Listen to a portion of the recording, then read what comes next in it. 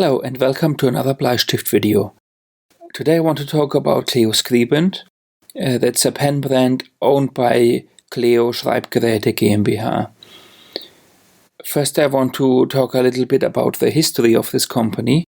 And this company started in 1945, around the time of the end of the Second World War, when Herbert Wurrach established this company as a supplier of metal parts for the production of pens. The name Cleo, Cleo Skribent and Cleo Schreibgeräte, like Cleopatra, supposedly comes from a comparison of the poor post-war conditions with ancient Egypt that the employees of the company thought of at the time. Cleo Skribent GmbH is headquartered in Bad Wilsnack. That's a town in a rather rural district, roughly halfway between Berlin and Hamburg. It is in the German state of Brandenburg, which means that it used to be part of East Germany, or officially the German Democratic Republic. In the late 1940s and in the early 1950s, they made fountain pens and ballpoint pens from wood and plastic, but then in the late 1950s, they switched to plastic only. In 1956, the company was nationalized and became part of East Germany's planned economy. And the big success for them was their technical pen Skribent, which came out in 1964 and is similar to the Messograph or other technical pens. It was so successful that it got exported to all the different Eastern Bloc countries. And by the 70s, Cleo made nearly 1 million Skribent pens per year. With German reunification, Cleo lost their distribution network and their suppliers nearly overnight.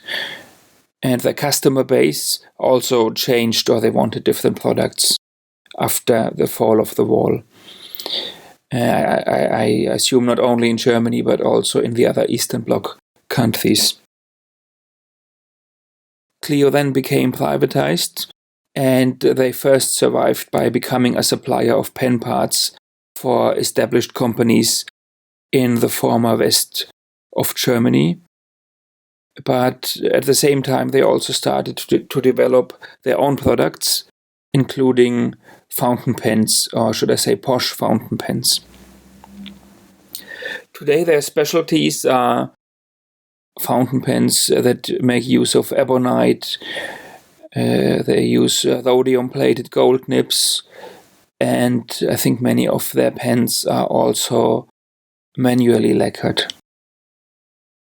The pen I want to show you today, though, is not very representative of what they normally do. It's the Messograph. Messen in German means to measure. It's a mechanical pencil that can also be used as a vernier caliper.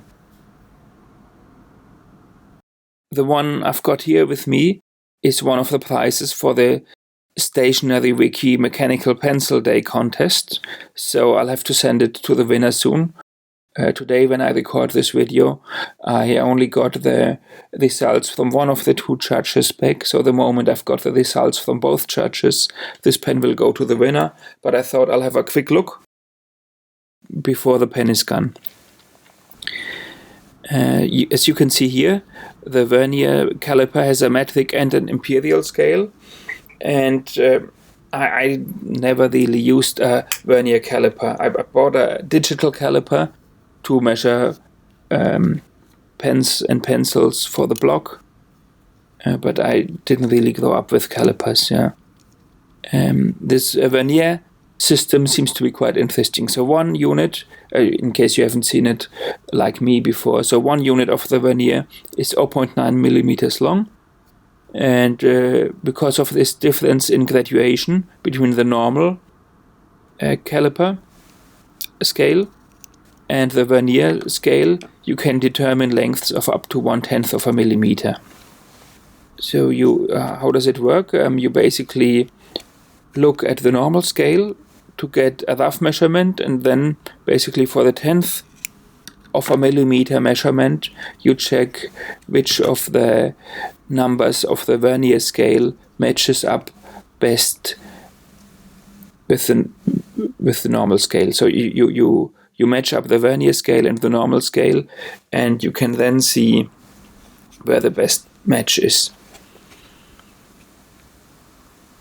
There's a tire thread gauge as well to check the depth of your tires profiles, which is quite interesting.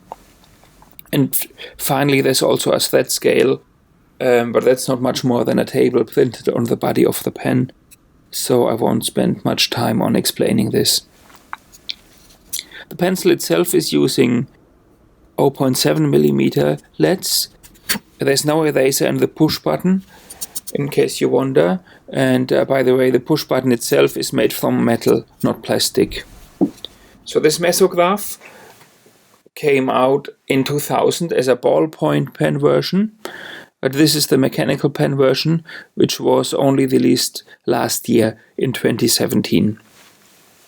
So altogether, I think that's a very nice novelty pencil, and it's even cooler, in my opinion at least, than the Monteverdi tool pen.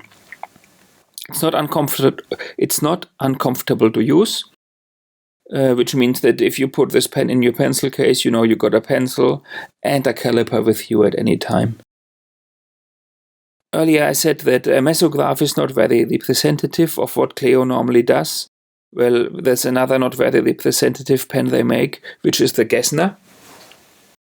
It was first released in 2001, and in 2002 it got an award. It was voted to be the Pen of the Year by the ISPA jury. Now, I know that Faber-Castell also won ISPA awards in the past, but funnily enough, I wasn't able to find out who the ISPA is. When I looked, I found like internet service providers of Austria webpage and stuff like that. So I'm not sure exactly who they are. They seem to be some sort of society of 25 worldwide publishers, but I'm not exactly sure. I hope I can find out more.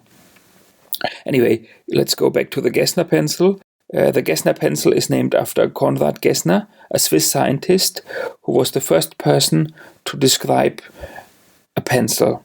And he did that in his 1565 book, De Omni Rerum Fossilium Genere Gemis Lapidibus Metallis, and so on and so on.